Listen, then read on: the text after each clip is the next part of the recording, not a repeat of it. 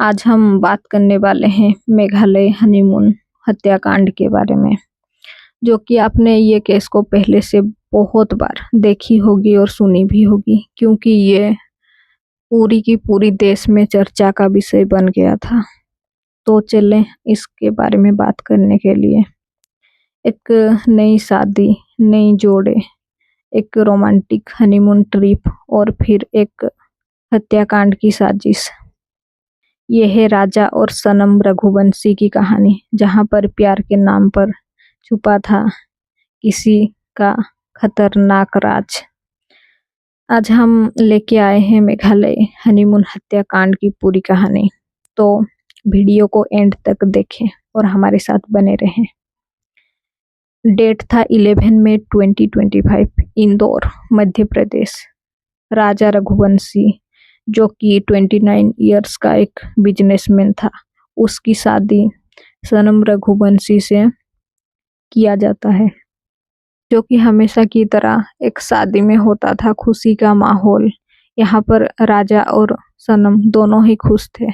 जब हमें केस के बारे में पता चलता है तभी सब कुछ क्लियर हो जाता है कि दोनों में से राजा सिर्फ वो खुशी था और सनम वो प्रिटेंड कर रही थी कि मैं खुश हूँ बोलकर, पर उसके माइंड में कुछ अलग ही खौफनाक साजिश चल रहा था।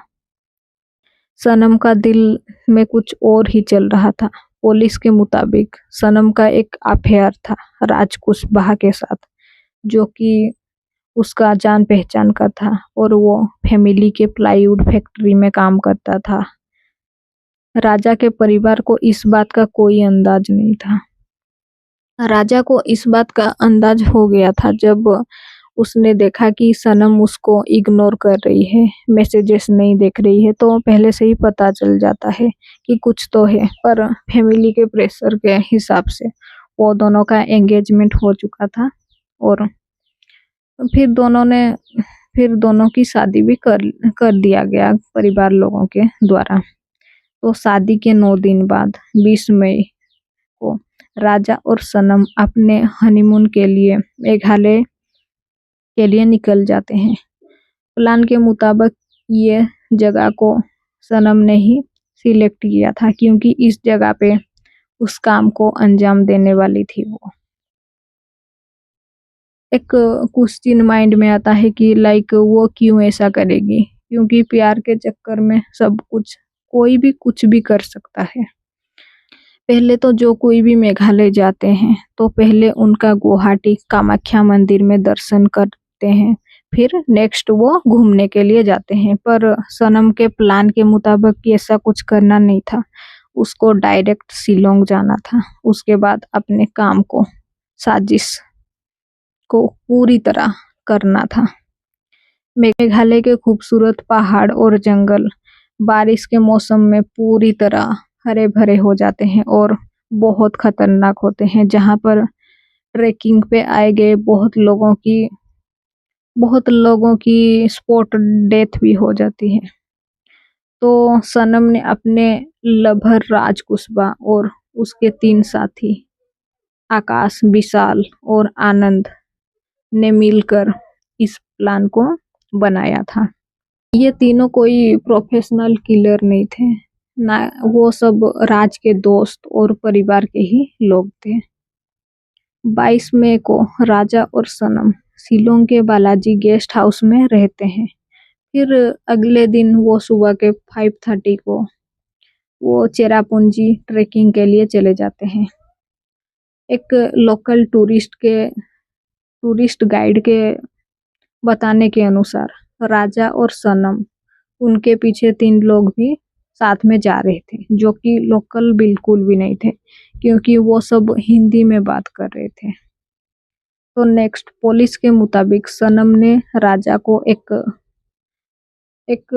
भीड़-भाड़ इलाके से दूर वहां पर ले गई। फिर वो तीनों पहले से ही उन लोगों के साथ ही थे और वो तीनों राजा को मारने लगे और उसको मारने के बाद उसको पहाड़ी से नीचे फेंक दिए और सनम के प्लान के मुताबिक वो वहां से भाग गई।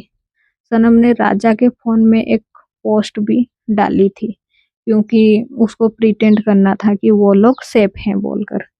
नेक्स्ट 23 मई को जब राजा और सनम का कोई भी पता ना चला, परिवार वालों ने उनको मैसेज किया और कॉल भी किया, पर कोई भी रेस्पॉन्स नहीं आया, तो उन्होंने पुलिस को कांटेक्ट किया।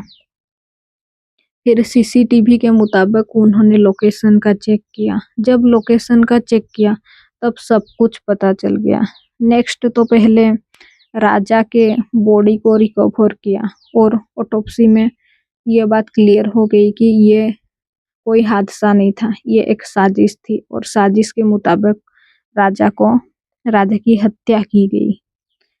तो पहले पुलिस को लगा कि ये रॉबरी केस है, पर अभी क्लियर हो चुका था कि ये एक मर्डर केस था। वहां पर एक ब्लॉगर देव सिंह का वीडियो भी पुलिस के हाथ लगा, जहां पर सनम और राजा को आखिरी बार ट्रेकिंग पर देखा गया था और उनके पीछे और 3 लोग भी शामिल थे। राजा के मर्डर करने के बाद सनम मेघालय से भाग गई और फिर शिलोंग से गुवाहाटी तक ट्रेन से गई। नेक्स्ट इंदौर वापस आई और 26 जून से 8 जून तक वो इंदौर के एक फ्लैट में, जो कि विशाल ने रेंट पर लिया था, वहीं पर वो रहने लगी।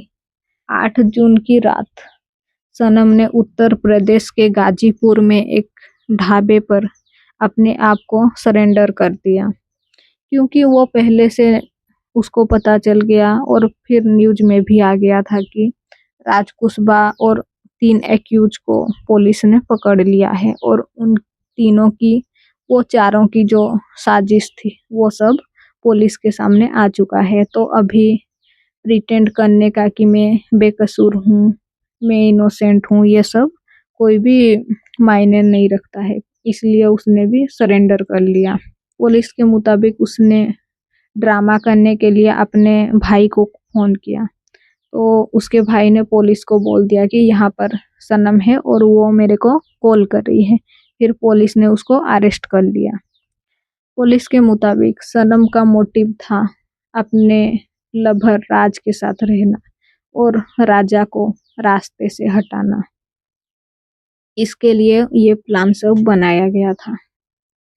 अभी तक सनम के पापा और राज की माँ अपने बच्चों को बेकसूर बता रहे हैं।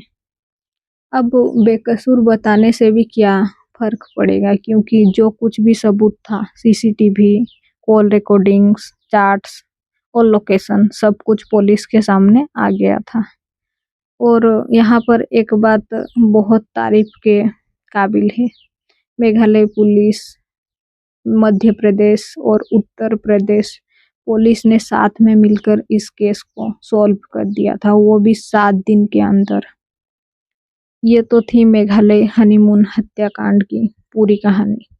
एक ऐसी केस जिसमें प्यार था, धोखा था और हत्या के साजिश भी शामिल थे। क्या सनम और राज को सजा मिलेगी या कोई और ट्विस्ट बाकी है? मेरे को नहीं लगता है कि और कोई ट्विस्ट बाकी है, क्योंकि इनके प्लान के मुताबिक सब कुछ, उनका प्लान ही पुलिस को पता चल गया है, लोगों को पता चल गया है।